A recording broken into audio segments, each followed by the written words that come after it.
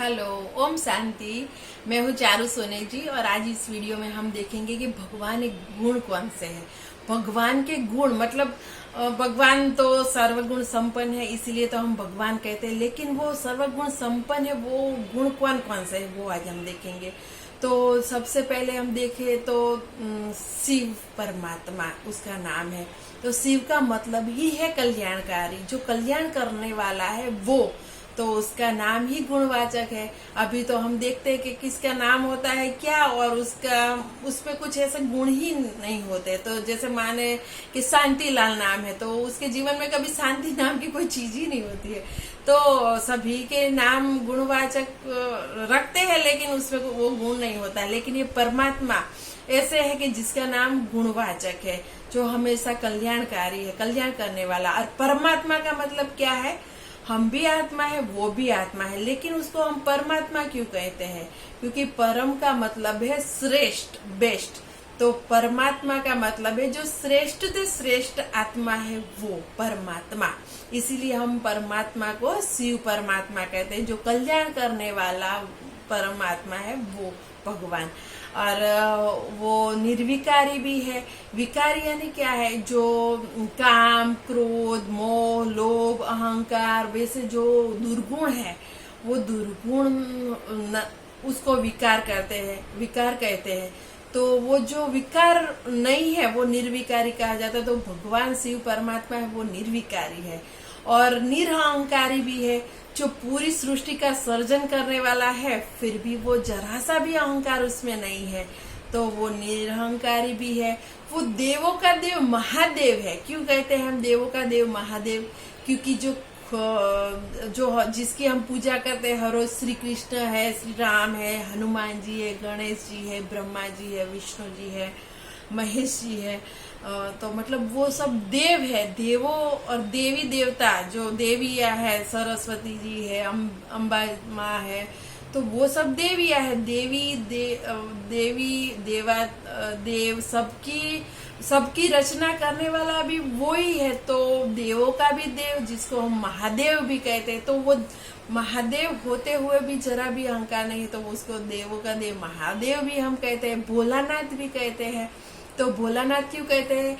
क्योंकि वो भोला है बहुत। अब उसके साथ अच्छी अच्छी बातें करें तो वो भोला बन जाता है, वो हमारी सब सुनता है, तो इसके लिए हम भोलानाथ भी कहते हैं।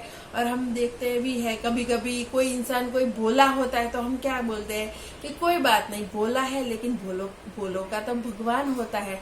तो भोलों का भगवान, इसीलिए भी हम उसको भोलानाथ बोलते हैं। तो मतलब इसी तरह से उसके कई सारे गुण हैं। तो त्रिलोकीनाथ भी उसको कहते हैं, तीनों लोक को जानने वाला। तो तीन लोक कौन से? जो हम रहते हैं वो स्थूल लोक है, और सूक्ष्म लोक है दूसरा, जिसमें ब्रह्मा, विष्णु और शंकर रहते हैं। और ब्रह्म लोक, जहाँ परम धाम में परमात्मा रहते हैं, तो वो ब्रह्म लोक है। तो मतलब स्थूल लोक, सूक्ष्म लोक और ब्रह्म लोक, वो तीन लोक को जानने वाला है, तो उसको त्रिलोकीनाथ भी कहते हैं। त्रिनेत्री भी है, मतलब सब कुछ जानने वाला, आदि मध्य अंत सब कुछ जानने वाला है, तो उसको त्रिनेत्री भी कहते हैं। वो दुख हरता, सुख करता है। कैसी भी तरह के दुख है तो वो दुख हर लेता है और सुख हमें देता है, तो इसीलिए हम उसको दुख हरता और सुख हरता कहते हैं। तो मैं जो बोल रही हूँ वो आप समझ रहे हो ना? तो और दूसरा क्या कि वो पवित्रता का सागर है, और उसमें और भी सारे कई गुण है। जैसे सुख का सागर है, उसमें बहुत सारा सुख भरा हुआ है। अगर हम उसको अच्छी तरह से पहचाने तो हमें बहुत बहुत उससे सुख मिलता है। परमात्मा की बस हमें पहचान होनी चाहिए, क्योंकि आज इस युग में कोई भी ऐसा इंसान नहीं है जो सर्वगुण संपन्न हो, कि उसके पास पूरी तरह से अच्छी तरह से सुख हो जो हमें भी दे सके। अभी ऐसा युग ही है कि जहाँ पे हर लोग दुख में है, तो हम किसी के पास जाए हमें कभी सुख नहीं मिलता, दुख ही मिलता है। अगर हम उनके पास जाए, हमारी कोई दुख या कुछ कहानी या कुछ प्रॉब्लम्स लेके जाए कि मेरे साथ ऐसा हुआ वैसा हुआ, तो वो सामने से हमें कहेंगे कि तेरे साथ बस इतना ही हुआ, मेरे साथ तो और भी बहुत दुख है, और भी प्रॉब्लम्स है, मेरे साथ तो तुमसे भी बढ़िया बढ़िया प्रॉब्लम है। तो मतलब देखा जाए तो अभी कोई सुखी नहीं है। तो हम सुख के सागर से मिले, अगर सुख का सागर परमात्मा शिव, जो सुख ही हमें सुख देता है, तो वो सुख का भी सागर है और ज्ञान का भी सागर है, जिसके पास पूरा पूरा पूरा वर्ल्ड के ज्ञान है, पूरे वर्ल्ड का नॉलेज है उसमें तो वो ज्ञान का भी सागर कहा जाता है। आनंद का सागर है, आनंद का सागर मतलब आनंद ही आनंद। और वो प्रेम का भी यह सागर है, उसमें इतना सारा प्रेम भरा। बस एक बार आप भगवान से प्रेम करके देखिए, फिर आप कहे ना कि नहीं नहीं ये सीरियसली मैं बोल रही हूँ, वो ठीक ही बोल रही हूँ कि भगवान से अगर हम प्यार करें तो वो हमें प्यार ही करता है, अगर हम ना भी करें तो भी हमें वो प्यार करता है। इतना प्रेम का सागर है वो, तो बस हमें उसको याद जरूर करना है, तो ही हमारी पुकार सुनता है। और वो शक्ति का सागर, शक्ति उसमें बहुत है, तो मतलब आनंद का सागर है। इतने सारे गुण है, मैं आपको बताऊंगी तो मतलब सारा पूरा लिस्ट इतना बड़ा होगा कि मैं बोलूं भी क्या, उसके वर्ड भी नहीं है, उतनी अपरंपार महिमा है उनकी, इतने सारे गुण है।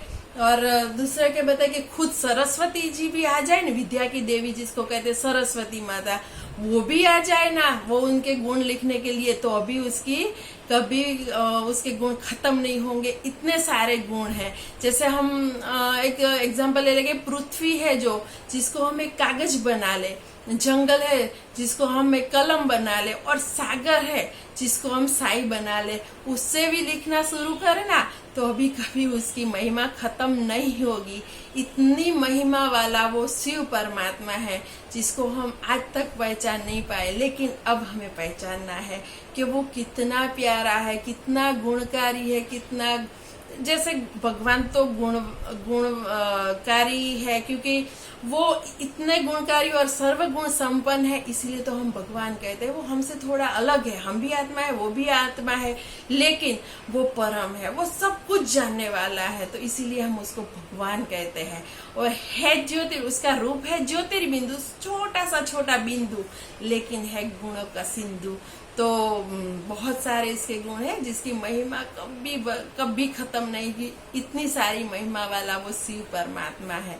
और thank you for this watching this video. और इसके उससे भी ज्यादा अगर आपको जानकारी चाहिए तो आपके नजदीकी में एक सेंटर का नाम जो है प्रजापिता ब्रह्मा कुमारी ईश्वरीय विश्वविद्यालय, जहाँ पे आप जाके और भी इंफॉर्मेशन ले सकते हैं। ओके, ओम शांति, थैंक यू।